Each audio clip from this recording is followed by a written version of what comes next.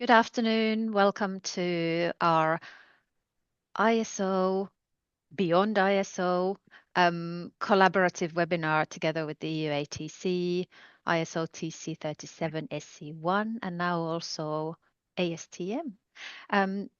We'll wait for a couple of minutes for people to filter through. We've had 165 people register for this webinar, which is absolutely fantastic because it's actually the first time that we are collaborating with doing knowledge sharing on such a public forum together with ASTM. So it'll be a really interesting session today, but we'll give it one more minute. We've got 50 people online so far, so more people filtering through, and then we'll start properly.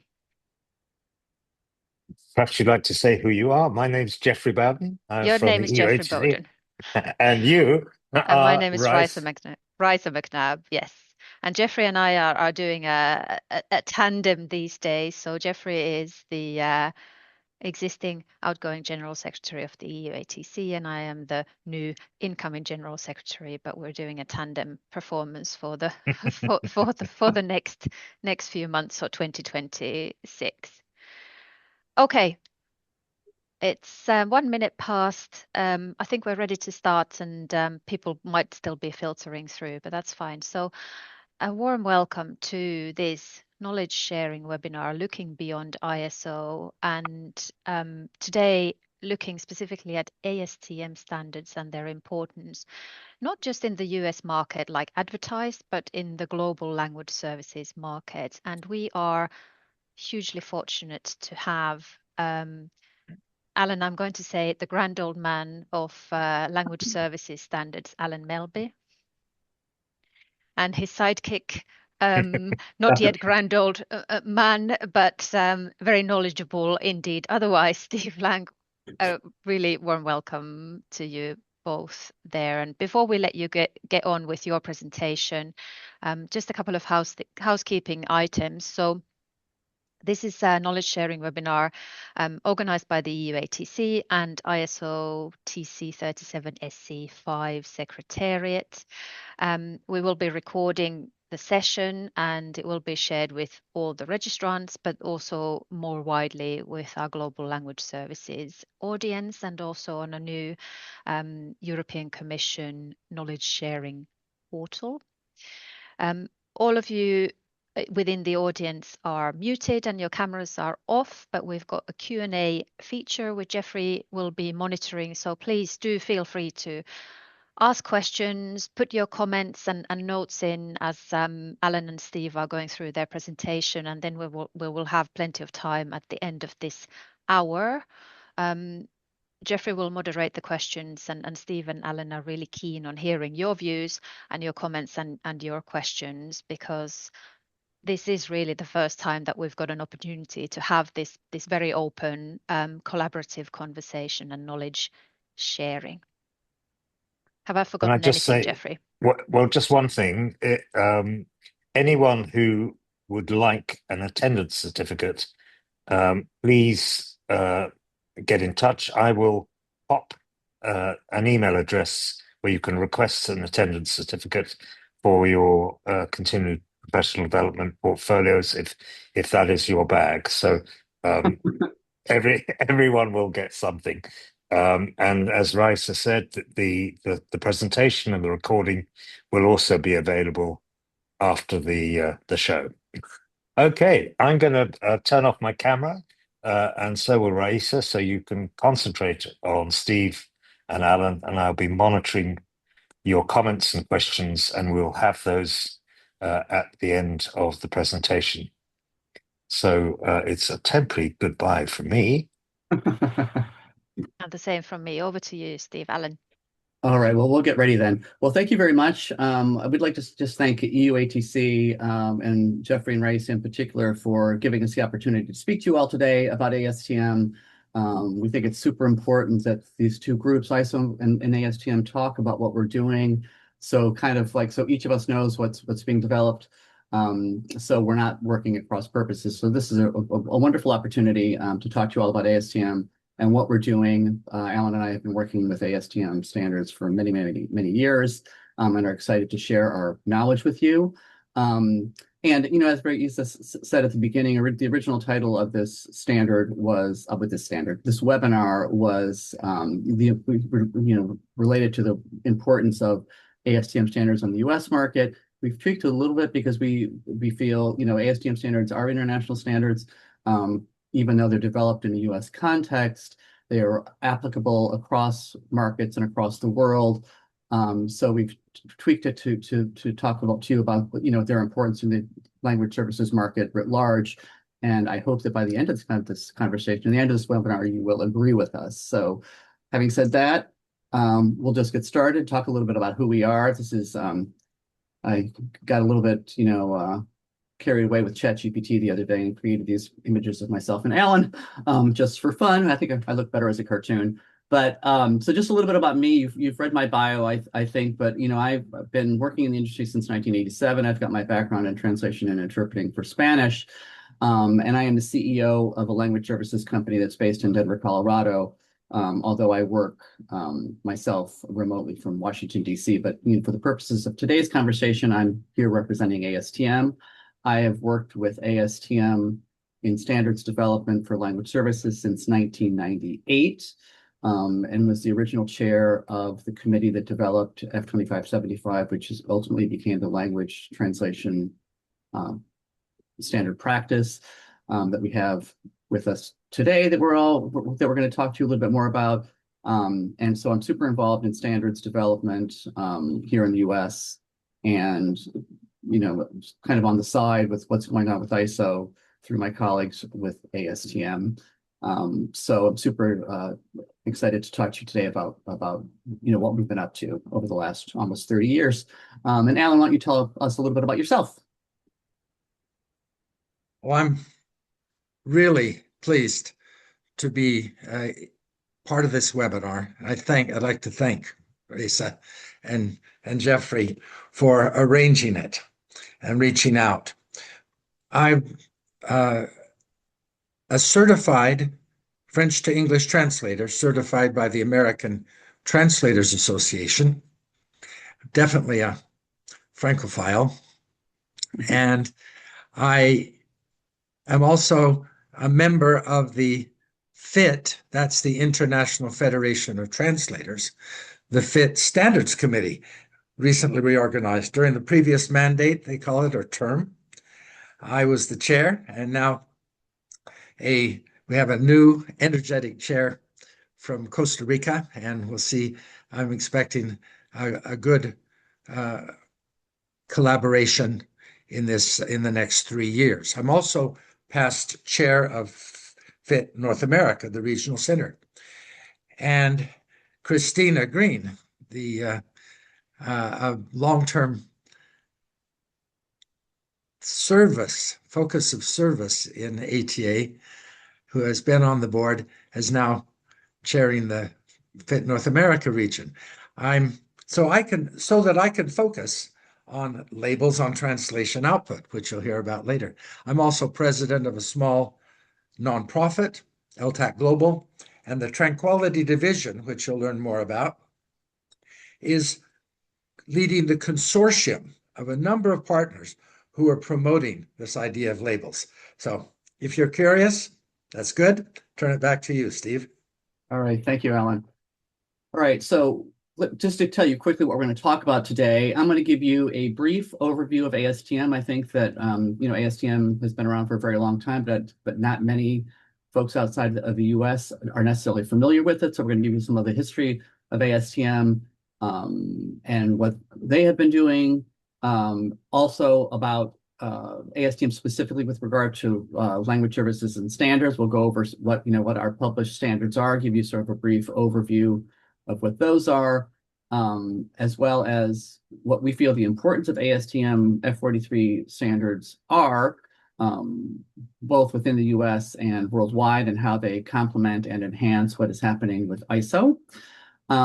Also going to tell you a little bit about the latest updates and developments to the standards. Where the standards are not, they're living documents. We're constantly trying to sort of keep abreast of what's happening in the world, and to make the standards relevant and practical, so and applicable. So they get updated regularly, and so we're going to tell you a little bit about what's happened with some recent developments over a few of the standards in the last year. And in particular, we're going to talk about one addition to the standards between 2023 and today, which has to do with translation labels, which is Alan's project. Alan has been leading the charge on translation labels over the years, and he's going to tell you more about that towards the end of the, well, maybe towards the middle of the webinar here. So to get started, I'm going to tell you about a little bit about let's say ASTM in a nutshell.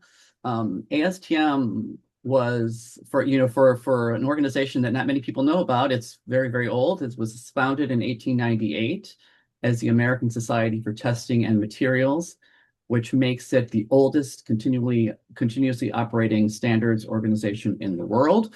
It was originally established to address rail gauge in between railroads in the U.S. To make sure that railroads trains could cross borders into between the states. So started off that way, but now we're very, very much advanced from where we were back in 1898. ASTM pioneered the volunteer consensus-based approach to standards development, which is, I think, a reason that the standards are so effective and applicable, and standards that people certainly in the U.S. turn to regularly in their individual areas. In recognition of the fact that these are international standards, and the fact that the standards development has grown beyond products, right? So the testing materials, this is very scientific, was about sort of, product and manufacturing and chemistry and chemicals and things like that. But ASTM has grown well beyond that over the years, and has started to incorporate other things, including other technologies and services in particular. I mean, language services being one of the things. So in recognition of the fact that it was no longer so focused on testing and materials, it rebranded as ASTM International in 2001. The mission of ASTM is to provide a system for experts and organizations worldwide to directly participate in developing market-relevant international standards. This differs from the approach that we have in ISO, where we have the National Mirror Committee. So with ISO, you have memberships are standards, national standards groups within the countries, and they send committees to ISO to develop standards. With ASTM, membership is individuals. So individuals can directly participate in the process and have voting rights in the process with regard to publishing the standards. And sort of key to the ASTM development process is balance. Obviously, within industry, in any industry, we have, as you become larger and more professionalized, part of professionalization is sort of developing standards. So folks within an industry are keen to develop standards for their industry, but it's key to the ASTM process that producers of a particular product or service not overwhelm other members of a committee, or not have undue influence on the development of the standards or what the ultimate standard looks like and reads like. So you have to have a balance. So producer members may not exceed non-producer members, and non-producer members are users of a product or service, consumers, and general interest. In general interest, we consider folks such as folks in academia and government, for example. So on these committees, you have to have a balance of producers and the non-producers, which we feel ultimately produces standards that are much more likely to meet the needs of all the stakeholders within industry, both on the producer and on the user side. So a little bit about ASTM by the numbers to give you a sense of sort of the breadth of or the reach of the organization. ASTM has more than 12,000 published standards, more than 30,000 individual and corporate members worldwide, representing more than 140 countries. So this is really and truly a sort of a global organization, although it is based in Philadelphia. More than 140 different committees that develop standards for different industries. And over 7,400 of the ASTM standards have been adopted and used as reference or used as the basis for national standards in 60 countries. So we have these standards that are published in the US, but they are used worldwide, and in many cases has been adopted as national standards abroad. And then also through a longstanding MOA, with ANSI here in the US and ASTM serves as the secretariat for more than 300 United States TAG groups, technical advisory groups, these mirror committees to ISO and the IEC and other international standards bodies, committees, and subcommittees. So ASTM also plays a big role in the participation of the US in the development of standards abroad. To give you a little bit of information on ASTM and language services specifically, all right, we've published our first standard in 1995. And in 1995, we were still under the consumer products umbrella within ASTM. That first standard was the standard for foreign language instruction, teaching other languages to speakers of English. Technical Committee F43 on Language Service and Products was established in 2010 in recognition of the fact that there was a growing need for standards in our industry, and that deserved a specific group that was focused on developing those standards. By the time F43 was established, we had already published 4 standards, language services standards. This recognition that language services in the U.S. in particular was a growing area that required a committee of its own to develop standards was a huge win for us, right? It sort of showed the development and maturity of the market and the profession here in the U.S. So within F43, we have a number of different subcommittees. We have one on interpreting, one on foreign language instruction, language translation, language testing. We have a separate one for specifically aimed at language service companies, and then we have a committee on captioning and terminology. All of those committees develop standards or have the ability to develop standards. In addition to that, then we also have a committee that studies the US tag to ISO TC37, which functions as we said previously, as a US mirror committee to ISO for language services standards. So a little bit about some of the key F43 standards that have been published. So we have F1562, which is standard guide for foreign language instruction. We also have a standard practice for assessing language proficiency that's developed by our by a separate committee separate from the language teaching committee, but it kind of sort of builds on that and sort of dovetails with it in terms of instruction and assessing proficiency of language that comes from language instruction.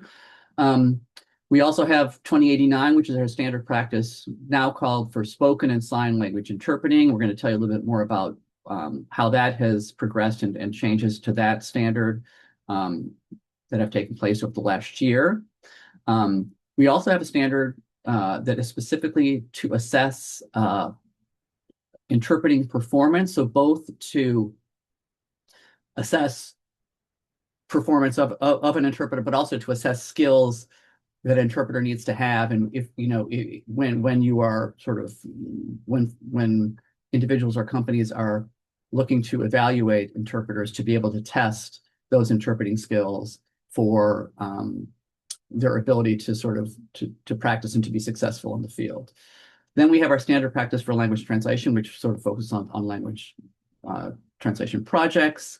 And then F3130, which is standard practice for language service companies, that specifically talks about infrastructure of a company that's required. We'll talk a little bit more of that later. F3130 was the first standard in our suite of standards that was eligible, that was for which a certification was developed. And we have subsequently a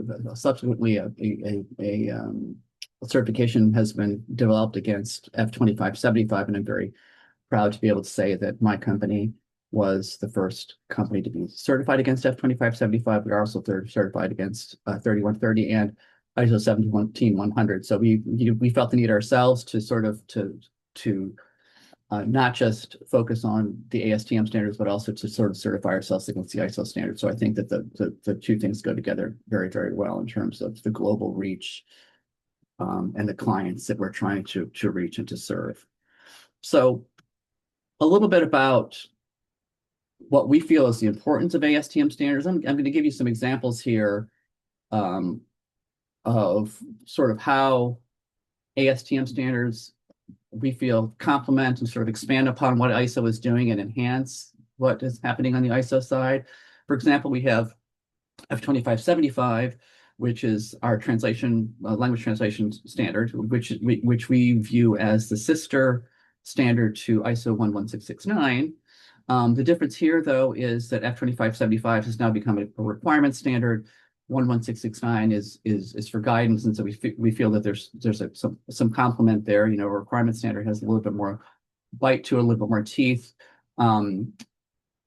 but it complements the 11669 by its ability to do that, to sort of maybe go a little bit one step further. F2575 also expands on what ISO 17100 do by including what we consider to be sort of low resource languages.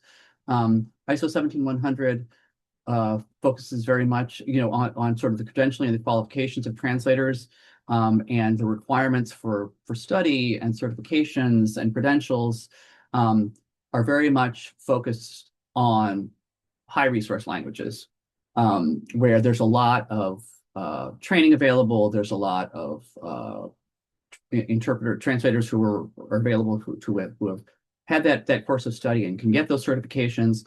In a U.S. context, for example, where we do so many languages, where sort of translation for internal use and interpreting for internal use is focused very much on the languages of immigration. Not all of those languages have some of these certifications and training available, right? So in order to be able to be compliant with 17100, it's very difficult for that to happen for some of those languages, not in all. So obviously the 17100 is that is something that we should all be shooting for. ASTM takes into consideration this US context in particular, where these languages of immigration are key and important, where some of this training and credentialing is not available, and shows folks how resources can be qualified and still be compliant with the standard. F2575 also incorporates multiple service levels. At the moment, 17100 it requires a second set of eyes, that every translation that's done by one translator needs to be sort of reviewed and or edited. We call it editing here in the US by a second set of eyes. That is the standard, the gold standard that we focus on in F2575, but it also allows for self-review in 17100 in certain circumstances. I mean, the focus of F2575 is on setting specifications with the client, agreeing on with a requester in advance with the provider about what the process that's going to be followed, and agreeing on what that's going to look like and what the deliverable needs to be. So it allows for some adjustments to be made there. It also acknowledges the use of what we're now calling, what Alan likes to call automatic translation, because we need to be able to incorporate LLMs into the process in addition to MT. Whereas at the moment in 17100, although I know that it's being worked on right now, there's an update in process, but at the moment, machine translation is out of scope for 17100. So I feel like the two, F2575 and 17100, for those reasons that I've just explained, really complement each other. Then we have 3516, which goes, as I was telling you earlier, goes beyond this process of talking about interpreting the interpreting environment and the interpreting process to actually assess skills and performance of an interpreter, which is something that requesters of interpreting need to be able to assess and sort of get a sense in advance of somebody's skills and the likelihood that they will be successful in a role. And then we have 3130, which addresses specifically the infrastructure that language service companies need in order to be able to support the provision of quality services, which doesn't currently exist in ISO as a separate standard at the moment, although some of these areas are addressed in 17100. 3130 is a great tool in particular for the education of clients and requesters of services to get a sense of what that infrastructure needs to look like in order for them to be able to get the level of service that they need. So we feel that that's another complement to ISO. And then again, just generally speaking, the ASTM standards help to expand beyond the European context. I think, as I described earlier, I think helping to make other markets more accessible to our colleagues in Europe, the European providers, in that it expands sort of the types of services that are addressed, the languages that can be incorporated outside of that context, that give what, just like ourselves, I'm certified against ASTM and ISO standards. It gives that I feel gives my company much more global reach because it's addressing standards within each of these different contexts and markets that my clients can relate to, depending on how and where they're certified themselves, many to ISO standards, but many also to ASTM standards. And I find that if you're working with a client who's certified against a standard themselves and they understand what that means, it gives them a much more level of comfort to be working with somebody who's certified against a standard sort of within that context as well. So for us, having both the ISO and the ASTM certifications, I find very, very helpful. Just real quickly on some latest updates and developments to make you aware of. F2089, which is our interpreting standard, as I just said, was fully revised and republished in 2025. It went through a complete update over the entire standard to provide more, because of the changes in the market, the changes in client needs and technology. There's more details on technology in the standard, different work environments that may be required in interpreting. A lot of things changed after the pandemic, for example. More focus on credentialing and how folks can get credentialed and how you can evaluate. And it more explicitly addresses signed language, which is a very, very big market and focus in the US, and I think probably will become more probably globally as well. But certainly in the US market, it was important for us to have a standard that addresses both. And so I think all of these updates to 2089 have make it much more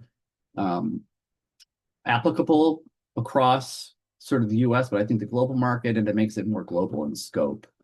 We also have a standard for captioning that's in process. It's actually has been balloted and is being reviewed, and it will be reballoted later this year, as well as a standard for analytic translation quality evaluation that's slated to happen in 2026.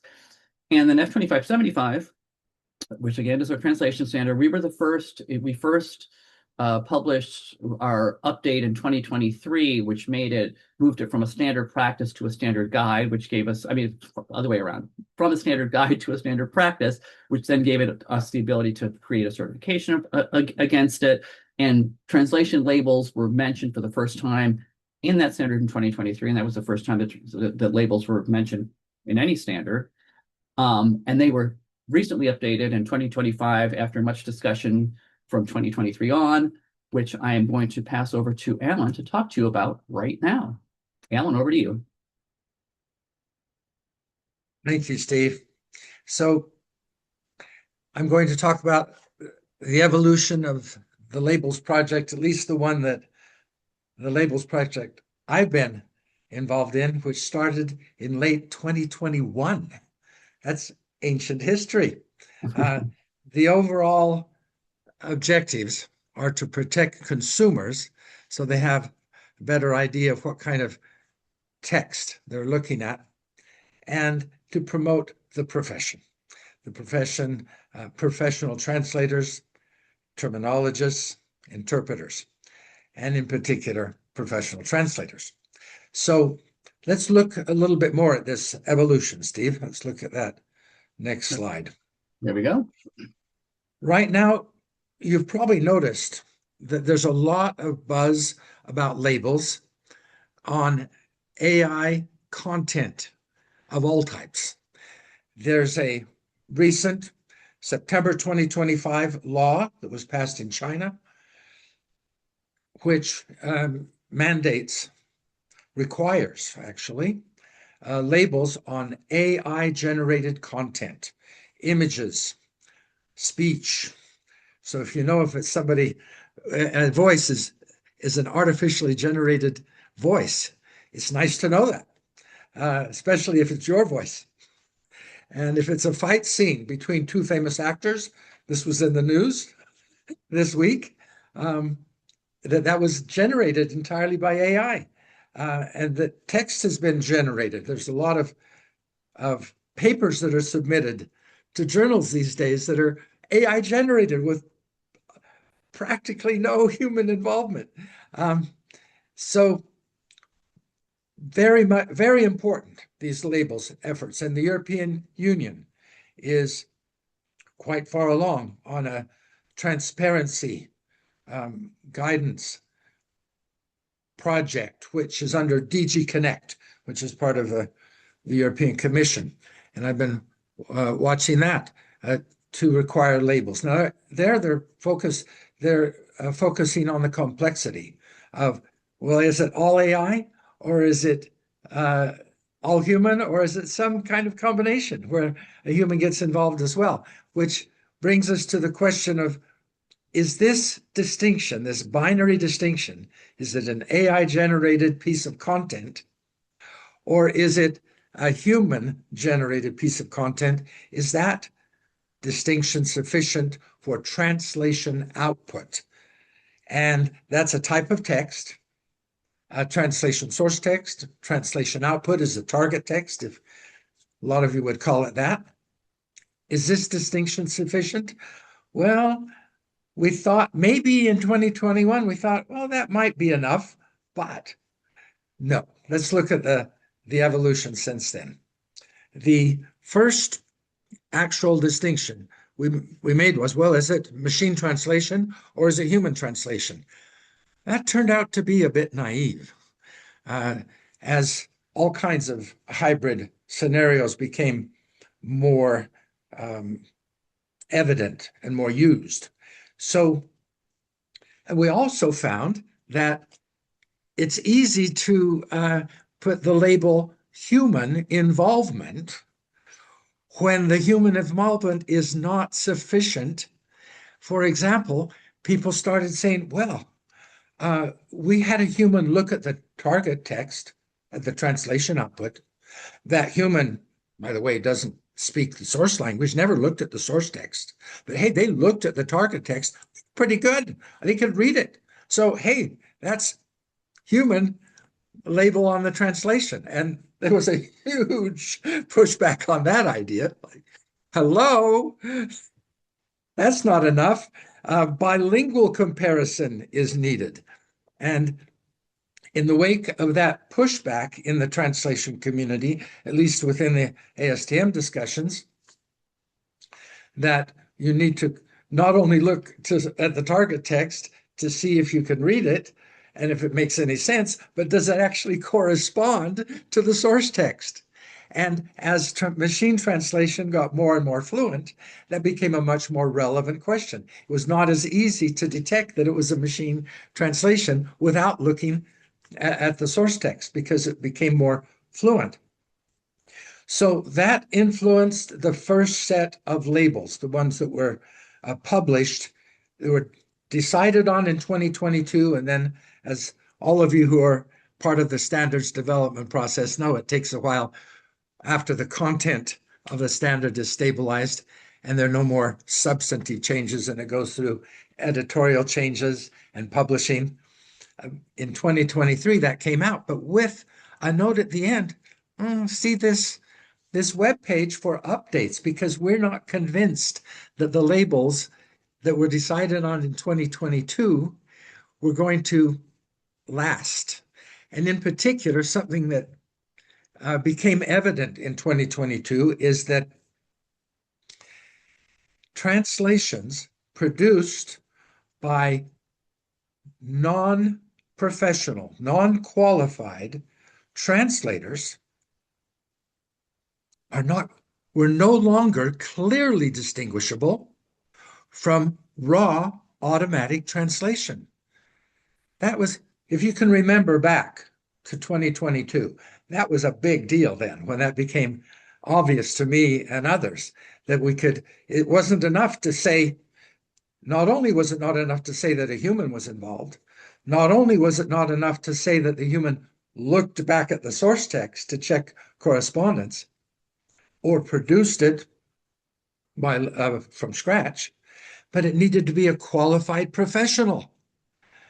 And that actually is good news for the translation profession, that amateurs, non-qualified translators can be very useful, but they are no longer that clearly distinguishable, their work, from the raw automatic translation. So in 2024, we came up with, through, I wouldn't say endless, but some very, very comprehensive discussions, surveys, focus groups, meetings within ASTM International in the Language Services Technical Committee. And finally, all of a sudden, we had so many different proposals for where we go, what to focus on. We said, no, we don't want to focus on the process. The process is changing way too fast.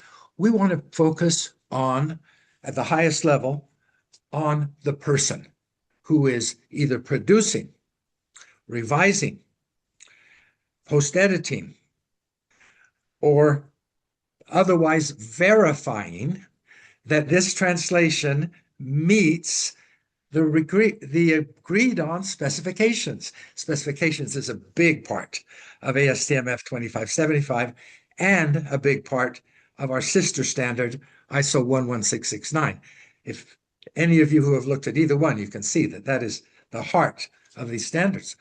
So you agree on specifications, and then someone says yes, they certify, they claim that the translation meets the specifications. That is, of course, the overarching ISO 9000 definition of quality. And so we decided to focus on the person. And that's when we changed from just bilingual comparison to professionally verified translation. And once we came up with that label, written out label, it caught on very quickly. And in ISO and ASTM standards development time, it was very quick to standardize those labels, professionally verified translation and unverified translation, where unverified translation is everything that's not professionally verified. Now, if you really followed this evolution very carefully, you will see that unverified translation includes some translation with human involvement. It's a combination. It has two subcategories. Automatic, fully automatic translation, post-edited machine translation, and human translation by non-qualified persons.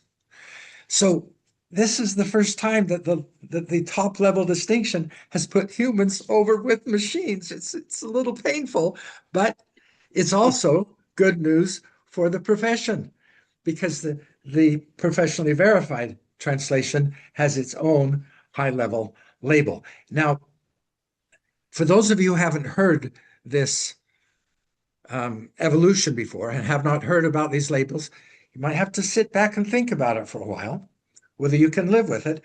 But I've had the pleasure of making presentations since this new set of labels was agreed on within ASTM International.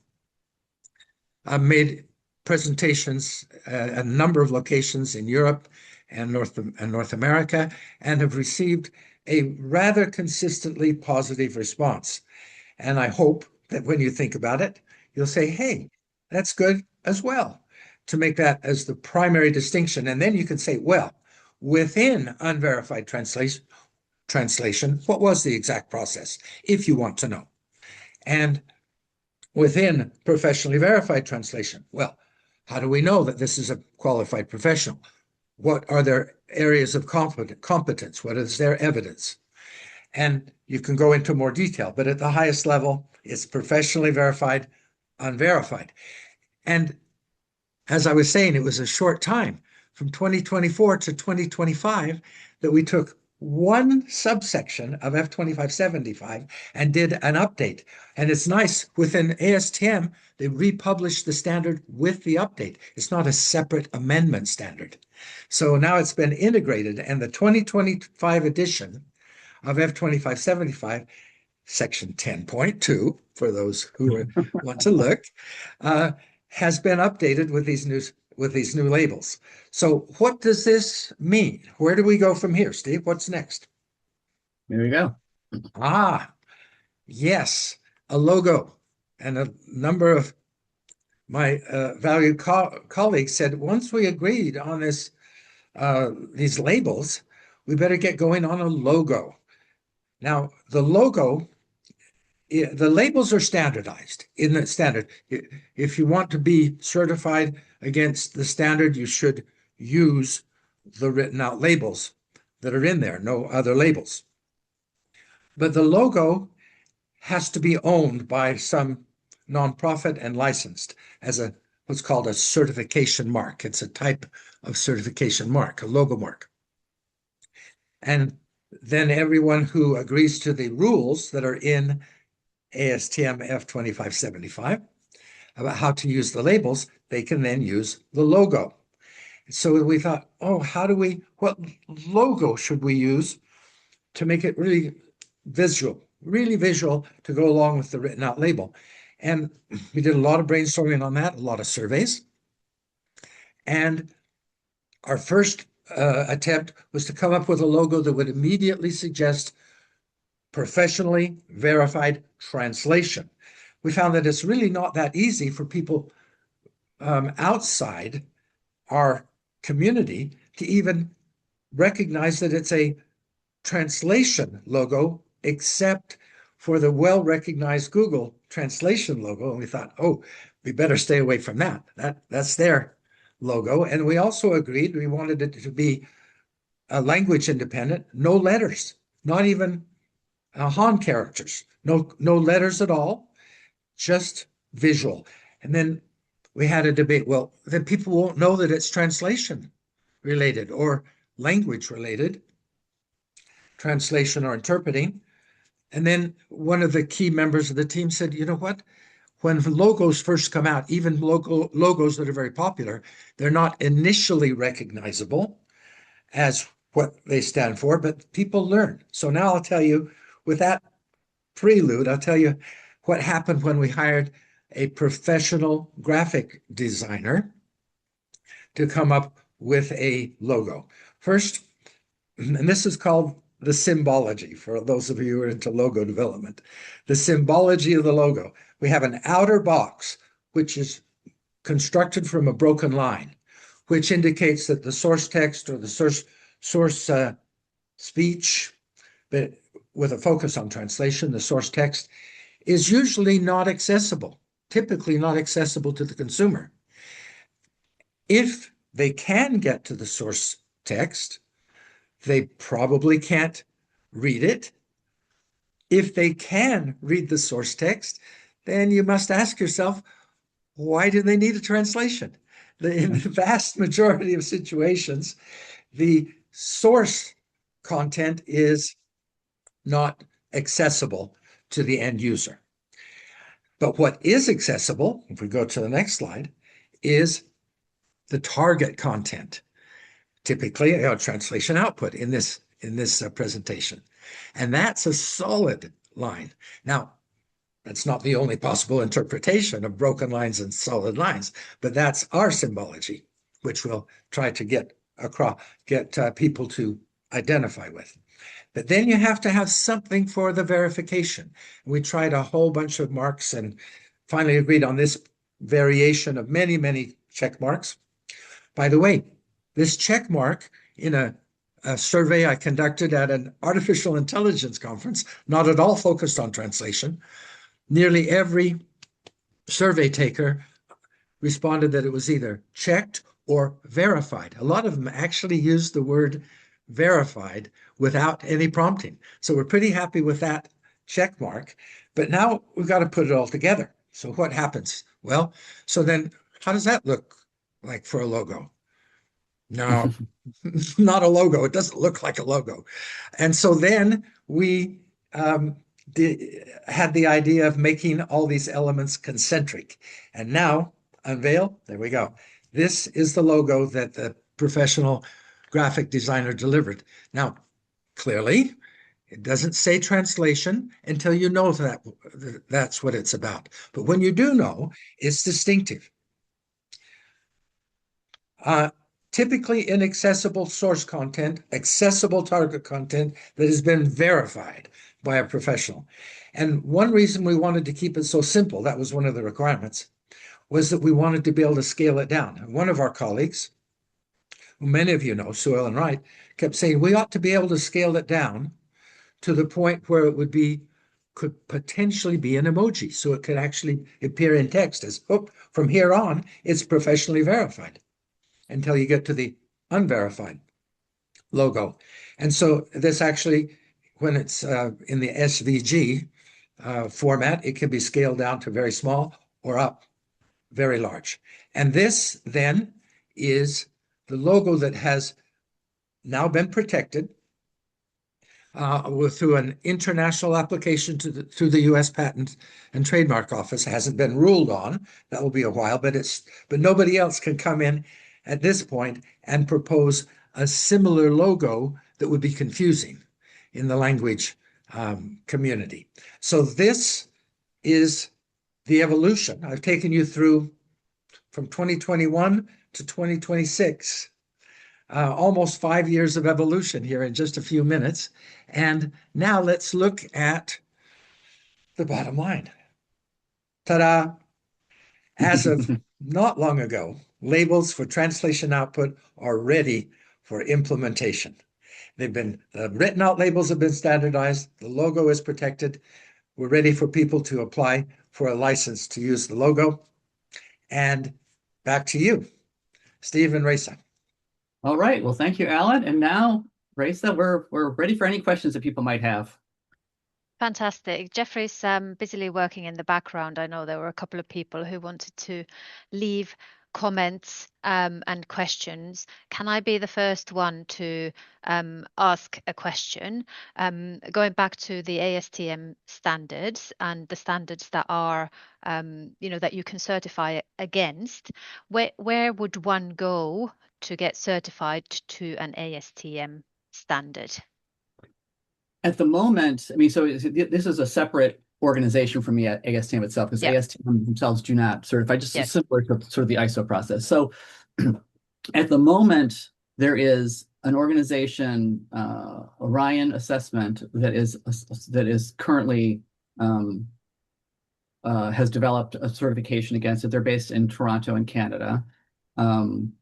Against it, we are hoping that others will also sort of look at the standard and develop a certification against it, as has been done with ISO standards. But for the moment, the one organization that we have that is offering certification against the ASTM standard is Orion Assessment in Canada. I can provide those details for anybody who's interested. Right, and I think Orion also already collaborates with the ALC, so the US Association of Language Companies. Correct. And Yeah. so they currently, in addition to the ISO standards, they certify against F2575 and 3130. We are also looking to see if we can get a certification developed against the other practice, in particular for ASTM's the 2089, which is the interpreting standard. But that has not happened yet. If I may add, there are 2 Orions in Canada, Right. both of which certify companies against ISO 9000 standards, if that isn't confusing. And I know that in present company, there's been some discussion of a European-based Right.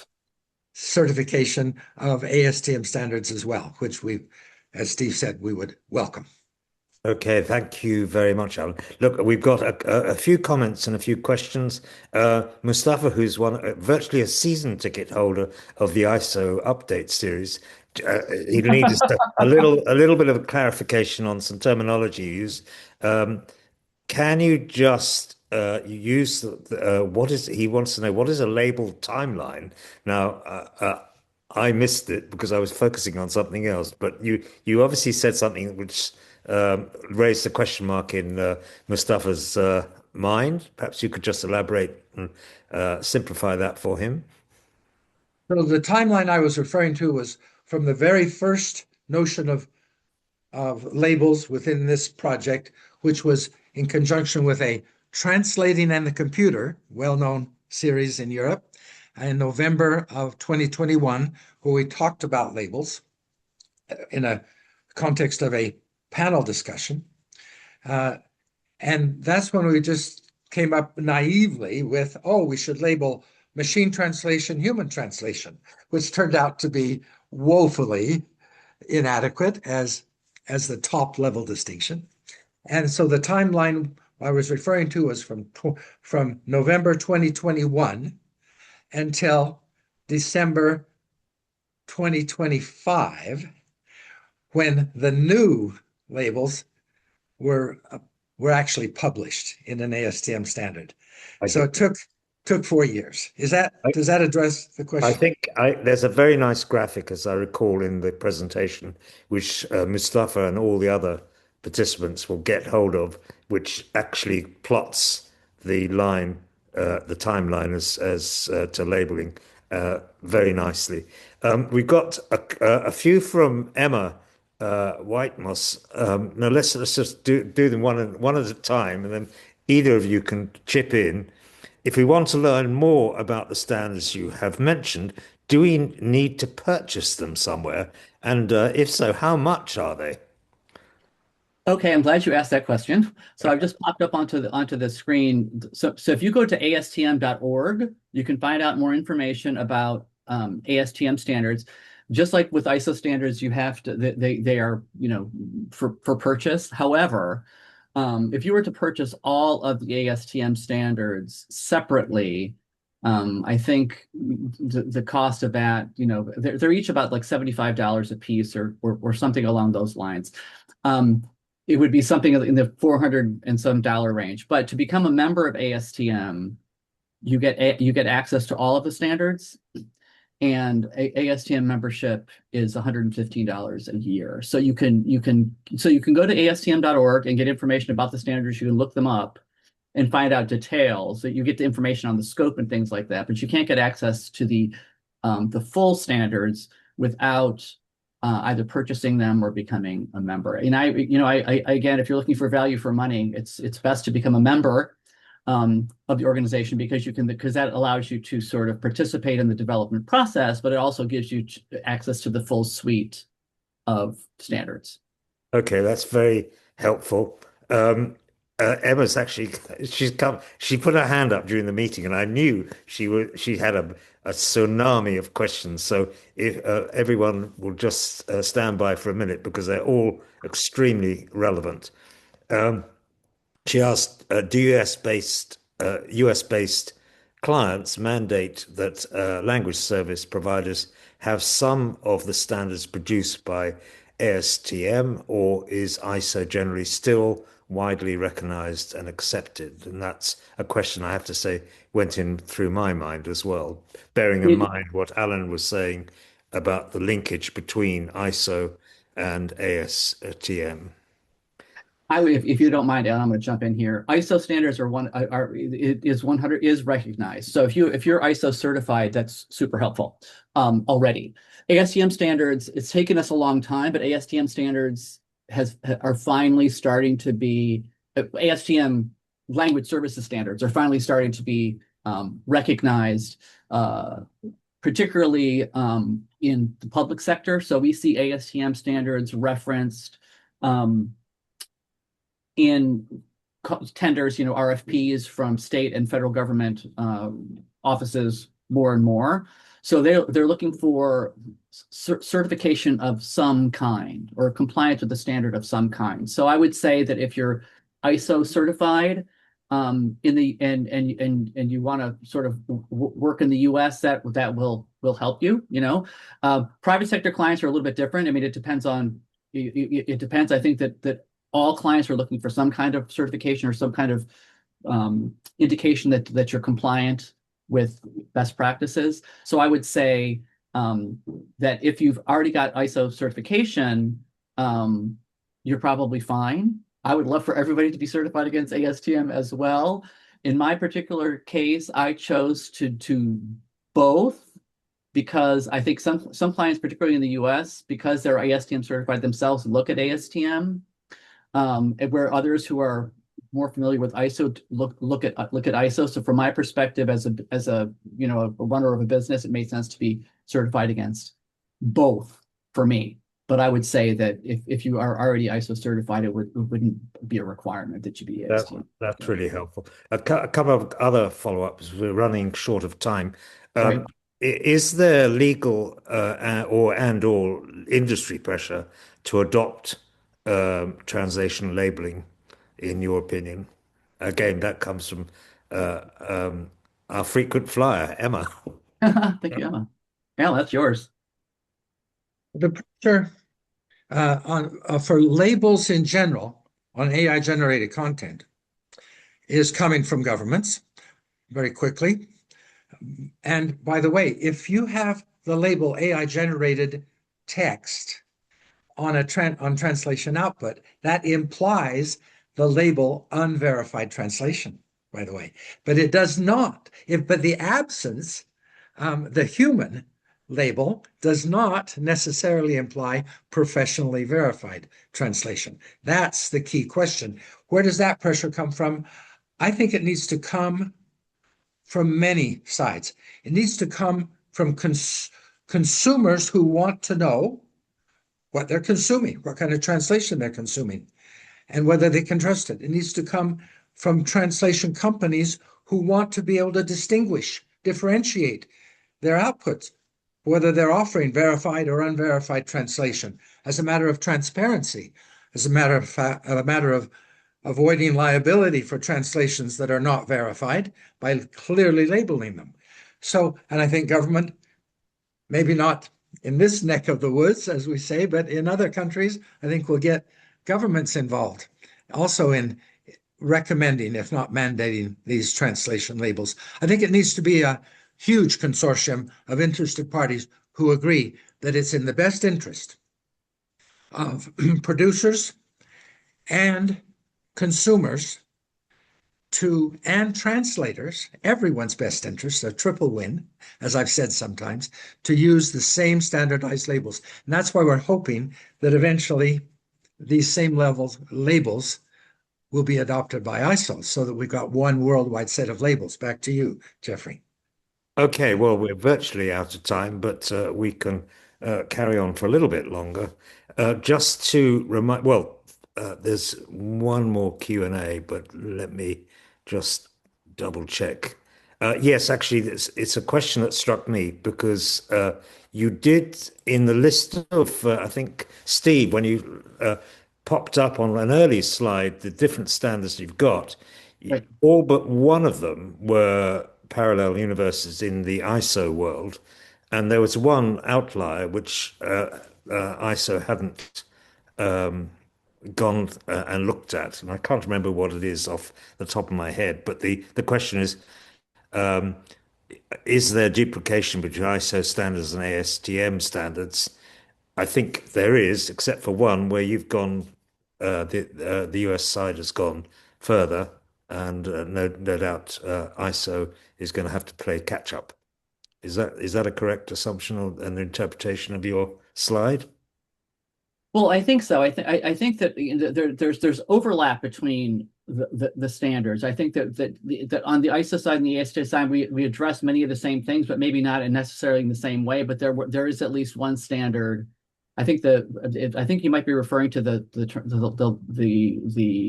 language company standard, which is not currently a separate standard within ISO, but I think that there is duplication.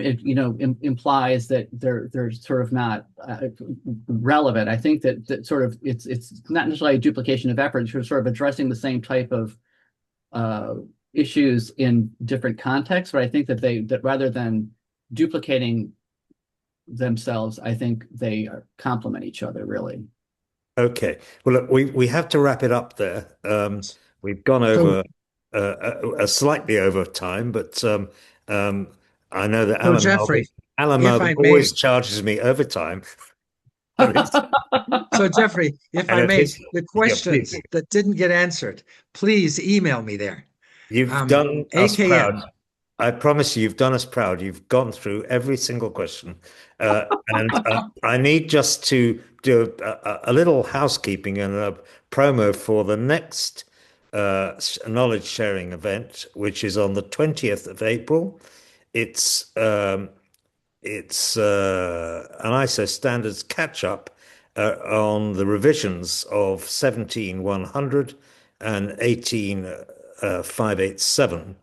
That's all coming later, and we've got a little. Well, we've got War and Peace here from Adriana. Thank you very much. Adriana is giving you an applause. Anyone out there wanting a certificate of attendance, I will be very, very happy to provide it. I don't have the means of writing our email address, but if you take down secretary@euatc.org and in the subject line put certificate of attendance, happy to provide it. Anyone who is tuned in or was a late arrival to the ball, don't worry, you don't miss anything because there's a recording and there's a slide deck available, which will get sent to you automatically. So that's the certificate answers Yawan. There we go. And oh, this is a late one. I'd like to know if an African certified translator can be ASTM certified. Guys, I'm going to send that to you later, and the answer is yes. The answer is yes, Mamour. Okay, listen, that's all from us for now. Stand by for the 20th of April, when the next knowledge sharing webinar on standards will be launched into the stratosphere. Thank you from me, and Thanks, everybody. Thank you. Thank you for having us. We appreciate it. And thank you so much to our wonderful presenters. Bye-bye. Bye-bye.